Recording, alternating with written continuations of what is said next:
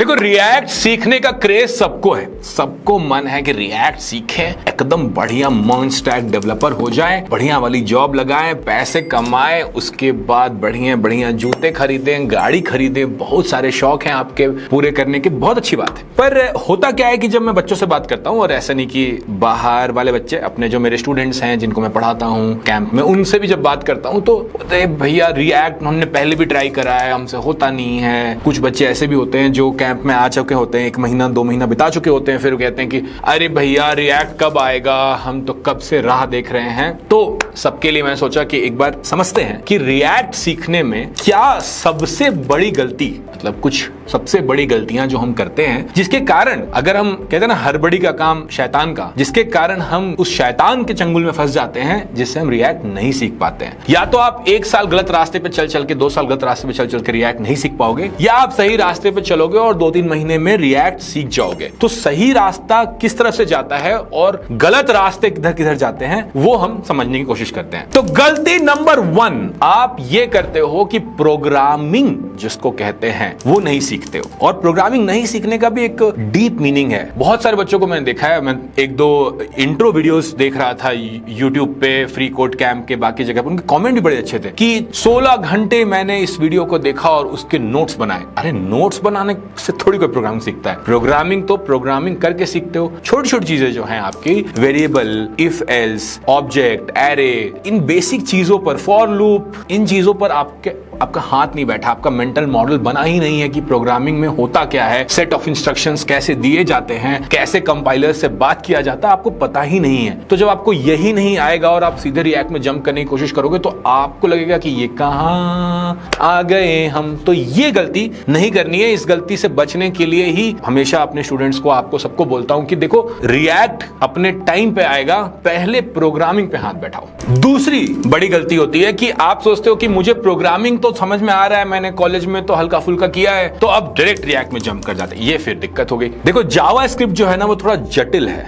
जटिल समझते हो आप? थोड़ा कॉम्प्लेक्स है। तो जावा स्क्रिप्ट जो है वो थोड़ा जटिल है और उसके अंदर एक इवेंट लूप चलता है, उसके अंदर एक प्रॉमिस अलग चलता है, उसके अंदर कॉलबैक्स अलग ढंग से होते हैं, जो इवेंट फायर होते हैं वो बिल्कुल अलग ढंग से होते हैं। तो जो प्रोग्रामिंग आपने करी है ना, जो एक ऊपर से नीचे ऐसे फ्लो करती है, जावा स्क्रिप्ट की प्रोग्रामिंग ऊपर से नीचे ऐसे फ्लो नहीं करती है। जब आप डॉम में घुसते हो, यानी कि ब्राउजर में घुसते हो, डॉक्यूमेंट ऑब्जेक्ट मॉडल को डॉम बोलते हैं, जो ब्राउजर होता है, जब आप उसके लिए प्रोग्राम करना सीखते हो तो थोड़ी चीजें बदल जाती हैं। इसी में एक और समस्या ये होती है कि आपको एरो फंक्शंस वगैरह समझ में नहीं आते, वो छोटे छोटे से लिख देते हैं। एनोनिमस फंक्शन नहीं समझ में आता, आपने फंक्शन तो पढ़ा है लेकिन एरो नहीं समझ में आता, एनोनिमस नहीं समझ में आता, कॉल बैक नहीं समझ में आता, असिंक अवेट नहीं समझ में आता। तो जैसे ही आप रिएक्ट का कोड देखते हो और जो आपने बेसिक प्रोग्रामिंग करी है, उस दोनों कोड के बीच में बहुत भारी अंतर दिखता है। और आप, क्योंकि आपने बेसिक से स्टैक ऐसे ऐसे करके बिल्ड नहीं करा है, तो आपको वो जंप मेंटली मुश्किल हो जाता है। फिर आप ट्यूटोरियल देखते हो, बनाते हो, कॉपी पेस्ट करते हो, लेकिन चमकता कुछ भी नहीं है। तो ये गलती से भी बचना। सेकंड स्टेप है कि जटिल जावा स्क्रिप्ट को समझकर ही हम रिएक्ट की तरफ बढ़ें। तीसरी और बहुत भारी गलती जो हम करते हैं रिएक्ट जेएस के लिए, कि देखो, हमें आइडिया नहीं है कि ब्राउजर के साथ कैसे इंटरैक्ट करें, एक फॉर्म एलिमेंट को कैसे रीड करें, एक एपीआई से कैसे बात करें, कुछ अगर हमें डॉक्यूमेंट, जिसको अगेन वही ब्राउजर है, उसमें रेंडर करना है, उसमें कुछ दिखाना है तो कैसे दिखाएं, क्लिक को कैसे सुने। ये जो बेसिक चीजें हैं, ये जो प्रोग्रामिंग का जो तरीका है, ये हमें इनपुट आउटपुट वाले जो हम CLI प्रोग्राम्स लिखते हैं उसमें नहीं सिखाया जाता है। तो पहले क्या जरूरी है कि पहले हम ब्राउजर की भाषा में समझें, जिसको हम कहते हैं वनीला जावास्क्रिप्ट, जो ब्राउजर में काम करता है, उस भाषा को समझें, उस पे उतना समय लगाएं। अगर आप ये समझने लगते हो कि क्लिक कैसे काम करता है, फॉर्म की वैल्यू कैसे रीड करते हैं, डॉम में कोई चीज को कैसे दिखाते हैं, एपीआई कॉल को कैसे करते हैं, अगर ये बेसिक चीजें अब आपको समझ में आने लगी हैं विदाउट रिएक्ट, तो अब जब आप रिएक्ट का कोड देखने जाओगे तो आपको वो थोड़ा थोड़ा चमकेगा। क्योंकि देखो, रिएक्ट का जो कोड है, अगर मैं आपको एक कोड दिखाऊं 50 लाइन का रिएक्ट का कोड, तो उसमें रिएक्ट स्पेसिफिक एपीआई कोड जो होता है वो बस स्टेट मैनेजमेंट होता है, वो बस सेट स्टेट, यूज स्टेट जो आप यूज करते हो बेसिक रिएक्ट के कोड में, वही मेन होता है। उसके अलावा जो भी हम कर रहे हैं वो मैक्सिमम वनीला जेएस है। और एक और चीज है जो मैं अभी आपको बताने वाला हूं। अरे एक सेकंड रुकना यार, गलती पे गलती गिनाए जा रहे हैं। आपको लग रहा होगा कि यार कितना गलतियां गिना रहे हो भैया, लेकिन पूरी वीडियो देख के या मिड वीडियो कहीं भी आपको लगे कि ये गलती आप करते हो और ये गलती आपको सुधारनी है, तो जरूर से मुझे कमेंट में बताना कि ये वाली गलती ना भैया वो मेरे साथ भी हुआ है, मैंने भी किया है, बता देना, क्योंकि उस गलती पे फिर हो सकता है एक डीप डाइव वीडियो बना सके, उस पे कैसे क्वेश्चंस लगाने हैं बना सके। तो मैं एक बार देखूंगा जरूर सारे के सारे कमेंट्स। आप जो गलती आप कर रहे हो प्लीज मेरे साथ कमेंट में शेयर करना। चौथी गलती जो आप करते हैं, और ये बहुत भयानक भारी गलती है, ये आप क्यों करते हैं ये भी मुझे पता है, मैं बताता हूं आपको। चौथी गलती जो आप करते हैं वो ये है कि आप फंक्शनल प्रोग्रामिंग इन जावास्क्रिप्ट नहीं करते हो। देखो जावास्क्रिप्ट अपने आप में जटिल है, फिर रिएक्ट वालों ने बोला कि देखो हम ना इसको और जटिल करेंगे, तो उन्होंने और जटिल बनाने के लिए उसमें फंक्शनल प्रोग्रामिंग भी ले आए। तो अब जब आप रिएक्ट का कोड देखते हो आप बोलते हो भाई साहब मुझे तो कुछ चमक ही नहीं रहा है इसमें, इसलिए नहीं चमक रहा है, इसलिए आप समझने की कोशिश नहीं करते क्योंकि आपने फंक्शनल प्रोग्रामिंग पे एनफ टाइम नहीं स्पेंड किया। तो जब मैं बच्चों को पढ़ाता हूं तो हमेशा उनको ढेर सारे, एक दो नहीं मतलब 100-200 प्रैक्टिस सेट क्वेश्चंस देता हूं कि इतने प्रैक्टिस सेट क्वेश्चंस बस फंक्शनल प्रोग्रामिंग पे करो। अगर एक एरे है तो उसको कैसे ट्रैवर्स करना है, अगर एक एरे है उसमें से कैसे फाइंड करना है, कैसे फिल्टर करना है, कैसे उसमें से रिड्यूस लगाना है, ये सब चीजें आपको पहले without react, without vanilla JavaScript, without anything, वो बेसिक पीस आपको समझ में आना चाहिए। क्योंकि जब आप रिएक्ट का कोड देखते हो, जब रिटर्न के अंदर का कोड देखते हो, तो जो आपको दिख रहा है वो रिएक्ट कम, फंक्शनल प्रोग्रामिंग ज्यादा है। जब आप स्टेट मैनेज करते हो, स्टेट में एक छोटा सा ऐप ले लो, आप कोई भी टू डू ले लो, प्लेलिस्ट मैनेजमेंट ले लो, कुछ भी ले लो, जब आप स्टेट को मैनेज कर रहे हो तो जब आप स्टेट में से उस एरे में से कोई सामान निकाल कर दे रहे हो, कोई सामान हटा रहे हो, कोई काउंट लगा रहे हो, वो सब रिएक्ट कम, फंक्शनल प्रोग्रामिंग ज्यादा है। तो वो बेसिक आपको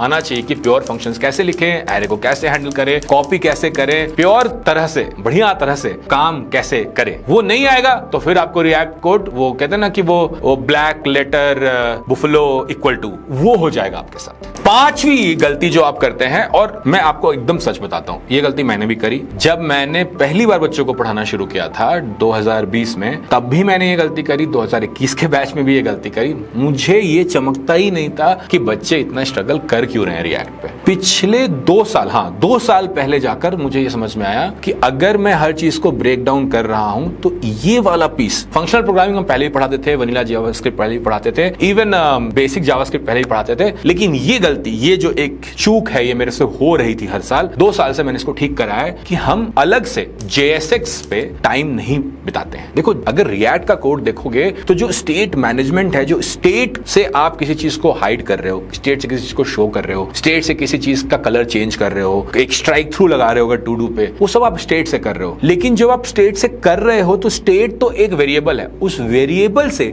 HTML को कैसे चेंज किया जाए, उस वेरिएबल से CSS को कैसे चेंज किया जाए, ये वाली अंडरस्टैंडिंग, ये वाला जो एक ब्लॉक था, ये मिसिंग था। इस ब्लॉक को जब से मैंने लगाया है, बच्चों को रिएक्ट बेटर समझ में आने लगा है। ये गलती आप मत करना। पहले JSX पे ढेर सारा समय लगाना, JSX को ऊपर एक वेरिएबल डालकर ही सही, लेकिन आप देखो कि अच्छा उस वेरिएबल को चेंज करते हैं तो ये चेंज हो जाता है, इस वेरिएबल को चेंज करते हैं ये चेंज हो जाता है, एकदम सिंपल। लेकिन ये जरूरी है कि आप JSX से खेलना शुरू करो रिएक्ट के स्टेट मैनेजमेंट में घुसने के पहले। बहुत बहुत बहुत इंपॉर्टेंट चीज है। बहुत मिस्टेक हुआ है मेरे से, भारी गलती हुई है। अगर आप मेरे पुराने YouTube वीडियोस देखोगे उसमें भी मेरे से ये भारी गलती हुई है। लेकिन मैं आपको बता रहा हूं, देखो इतने साल से पढ़ा पढ़ा के मेरी खुद की लर्निंग भी बनती है कि आखिर गलती हो कहां रही है, बेटर प्रोडक्ट कैसे बने, बेटर लर्निंग एक्सपीरियंस कैसे बने। तो वही आपसे शेयर कर रहा हूं कि JSX को अलग से डील करना। अभी जो बच्चे पढ़ते हैं उनको हम लोग पहले तो खूब सारा JSX देते हैं, बस JSX करो यार, बस कुछ मत करो। पहले तो ऐसे 50 सवाल JSX पे लगा लो, 2 दिन 3 दिन JSX पे लगा लो, क्योंकि उसके बाद जब स्टेट मैनेजमेंट आता है तो बस वो एक ही कड़ी रह जाती है। देखो होता क्या, अगर एकदम से आप रिएक्ट में जाओगे तो आपको जावास्क्रिप्ट नहीं आती, आपको प्रोग्रामिंग नहीं आता, आपको जावास्क्रिप्ट की जटिलता समझ में नहीं आती, फंक्शनल प्रोग्रामिंग समझ में नहीं आता, आपको वनीला JS समझ में नहीं आता, तो इतने सारे मिसिंग पीसेस हैं, JSX नहीं आता।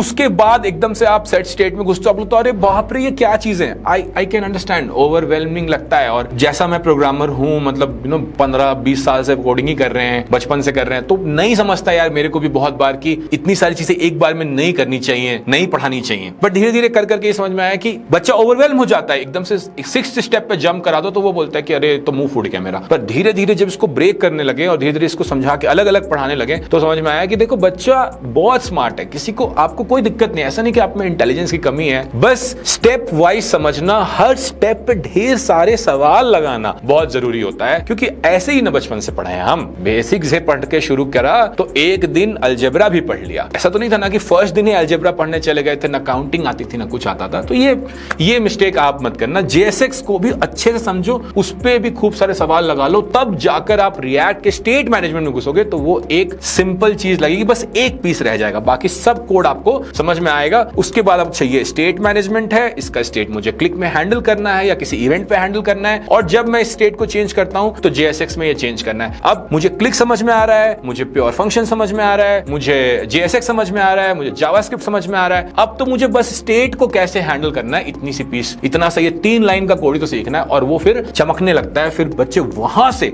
बड़े बड़े भीषण एप्स बनाते हैं।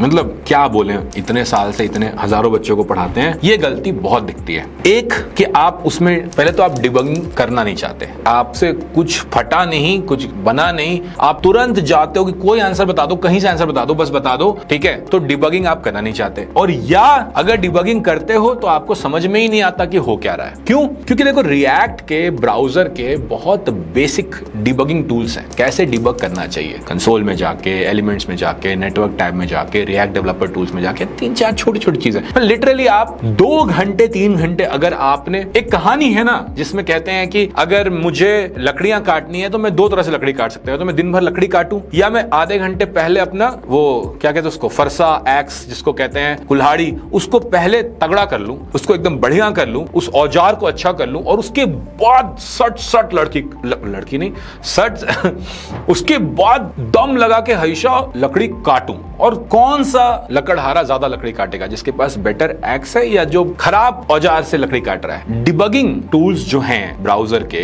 रिएक्ट के, ये आपको एक बेटर डेवलपर बनाते हैं, और आप इसको सीखना नहीं चाहते, इस पे टाइम स्पेंड नहीं करना चाहते, जबकि इसमें बहुत कम टाइम लगता है और आपका लेवल बहुत हाई हो जाता है बहुत जल्दी। ये गलती मैं देखता हूं बच्चे बहुत करते हैं। बहुत बार मैं कहता हूं नहीं, ये एक इंपॉर्टेंट स्किल है, क्योंकि जब आप जॉब में चले जाओगे, अगर इफ एंड व्हेन आप जॉब में चले जाते हो, क्योंकि ऐसा नहीं सीखोगे तो नहीं जा पाओगे, लेकिन if and when you get into a job, तो वहां पर आप, ऐसा नहीं होगा ना कि कुछ नहीं चला तो लैपटॉप लेके सीनियर के पास चले गए कि भैया भैया नहीं हो रहा है बता दीजिए, ऐसा नहीं होता है ना। आपको तो सिंसियर होना पड़ता है इन चीजों को लेकर। तो इनिशियल टाइम पर ही, बिल्कुल जब आप शुरू कर रहे हो, वहीं पर आप थोड़ा थोड़ा डिबगिंग समझना शुरू कर दोगे, थोड़ा थोड़ा बेसिक प्रोग्राम में वायरिंग कैसे चेक करनी है, ये वायरिंग मतलब इनपुट आ रहा है, आउटपुट जा रहा है, प्रोसेसिंग हो रही है, ये सब चीजें कैसे चेक करनी, ये आप सीखने लगोगे, समझने लगोगे, तो बहुत बहुत आसान हो जाता है फिर रिएक्ट को समझकर डिबग करके बड़े बड़े प्रोग्राम्स को भी डिबग करना। देखो 10,000 लाइन का जो कोड होता है ना, वो एक 10,000 लाइन का कोड नहीं होता है, तो वो 100 लाइंस के 100 फाइल्स होते हैं, और जो 100 लाइन का एक फाइल होता है ना, वो भी 100 लाइन का एक फाइल नहीं होता है, वो भी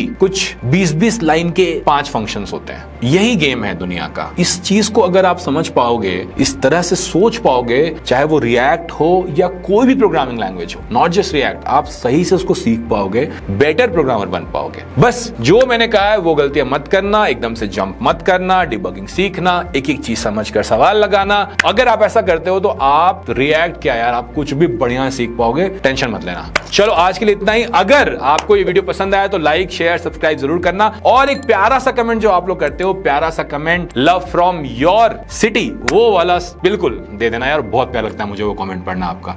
thank you so much, bye.